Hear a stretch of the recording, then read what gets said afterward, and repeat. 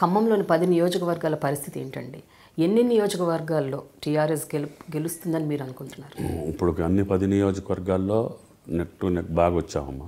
కొన్ని నియోజకవర్గాల్లో బాగున్నాయి, కొన్ని ఆ కాంబినేషన్ తోటి కొద్దిగా ఇంతకుముందు కూడా మేము ఎక్కువ రోజులు ఇక్కడ సిపిఐ సిపిఎం తెలుగుదేశం అనుబంధంగా ఉండేది. ఇప్పుడు వాళ్ళకి కాంగ్రెస్ కూడా యాడ్ అయింది. దాంతో తీవ్రమైన పోటీ ఖమ్మం జిల్లాలో ఉంది. ఖమ్మం నియోజకవర్గాన్ని విషయానికి వస్తే, ఖమ్మం నియోజకవర్గంలో నామా నాగేశ్వరరావు గారు చాలా అంటే బలమైన పోటీ ఇవ్వబోతున్నారు. ఆయన గెలిచినా కూడా ఆశ్చర్యపోనక్కర్లేదు అని చాలా వర్గాల నుండి ప్రజల నుండి కూడా వినిపిస్తున్నమాట. దీని గురించి మీరేమంటారు? అంటే ఈ 3-4 సంవత్సరాల్లో నేను మంత్రి అయిన తర్వాత ఖమ్మంలో జరిగిన అభివృద్ధి గత 100 సంవత్సరాల్లో జరగలేదు.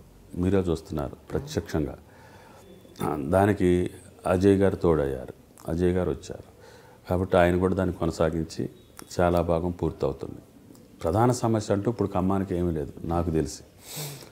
అటువంటి ఖమ్మంలో టీఆర్ఎస్ పార్టీ అభ్యర్థి విజయం నల్లేరు మీద నడక అనేది నా అభిప్రాయం.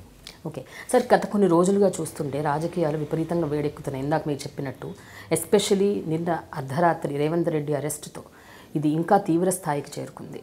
ప్రజలు ఏమనుకుంటుండొచ్చు మీరు అనుకుంటున్నారు? ఒక ప్రతిపక్ష నాయకుడిని ఈ రకంగా అర్ధరాత్రి అరెస్ట్ చేయటం అన్నది ఎంతవరకు రైట్ అని మీరు అనుకుంటున్నారు? అంటే వాళ్ళ ప్రకటనకి వెనకున్నటువంటి అర్థం మీరు తీసుకోవాలి. సాక్షాత్తు ఒక ముఖ్యమంత్రి నియోజకవర్గ ప్రజానికి వెళ్తుంటే అడ్డుకుంటామని చెప్పడం అనేది అది అర్ధరహితం ప్రజాస్వామ్యం. అటువంటి పరిస్థితి రాకూడదని చెప్పి లా అండ్ ఆర్డర్ మెయింటైన్ చేయాలి. కాబట్టి వాళ్ళు చేసేటటువంటి సింపుల్ చర్య దానికి రాజకీయ రంగులు కొనవాల్సిన పని లేదు. వాళ్ళ ప్రకటనకు వెనకున్నటువంటి అర్థాన్ని ముఖ్యమంత్రి ప్రోగ్రాంను అడ్డుకుంటున్నారని అంటే అది సహజంగా జరిగేటటువంటి కార్యక్రమం. దాని రాజకీయ మలుపు తిప్పి లబ్ధి పొందాలనుకోవటం వాళ్ళ అవివేకం. బట్ అర్ధరాత్రి అరెస్ట్ అన్నది ఎంతవరకు రైట్? అంటే ఈరోజు సీఎం గారి మీటింగ్ ఉంది. వాళ్ళ ప్రకటన సాయంత్రం రాత్రి వచ్చింది. ప్రకటన రాగానే పోలీసులు వాళ్ళ చర్యలు తీసుకున్నారు. సార్ ఒక విషయం చెప్పండి, అసలు మీరు ఇన్ని ప్రాజెక్టులు చేపట్టారు, సాగునీటి ప్రాజెక్టులు అవ్వచ్చు, తాగునీటి ప్రాజెక్టులు అవ్వచ్చు, మిషన్ కాకతీయ, మిషన్ భగీరథ, పెద్ద పెద్ద ప్రాజెక్టులు భారీ స్థాయిలో చేపట్టినవి. మీరు ఊహించారా? అంటే 4.5 ఏళ్లలో ఈ స్థాయి అభివృద్ధి జరుగుతుంది, ఇన్ని జిల్లాల్లో ఈ రకంగా మేము ఇవ్వగలుగుతాము అని మొట్టమొదటిసారి ముఖ్యమంత్రి గారు ఈ ఆలోచన ఆయనకు వచ్చినప్పుడు మీరందరూ అనుకున్నారా ఇది సాధ్యమని? నేను వ్యక్తిగతంగా కొద్దిగా డౌట్ పడ్డాను. అంటే అన్ని నిధులు సమకూర్చుకోలేము, ఎక్కడైతే సమస్యలు ఉన్నాయో ఆ సమస్య ప్రాంతాలనే మనం టేకప్ చేద్దామని అనుకున్నాం. ఫ్లోరైడ్ కానీ, బ్లాకిష్ కానీ, కరువు ప్రాంతం ఉన్న జిల్లాలను టేకప్ చేద్దాం అనుకున్నాం. అంటే ముఖ్యమంత్రి గారు ఒప్పుకోలే. నువ్వు సొత్తుపల్లిలో చేసినప్పుడు, నేను సిద్దిపేటలో చేసినప్పుడు శాసనసభ్యులుగా, ఇప్పుడు రాష్ట్ర ప్రభుత్వాన్ని చేతిలో పెట్టుకొని రాష్ట్రానికి ఎందుకు చేయలేము, కాబట్టి అది ఏదైనా సరే చేయాలి తుమ్మల అని చెప్పి నన్ను ఒప్పించారు. ఆ నాయన ప్రకారంగానే నిధులు సమకూర్చారు, అన్న ప్రకారంగా పూర్తి చేశారు.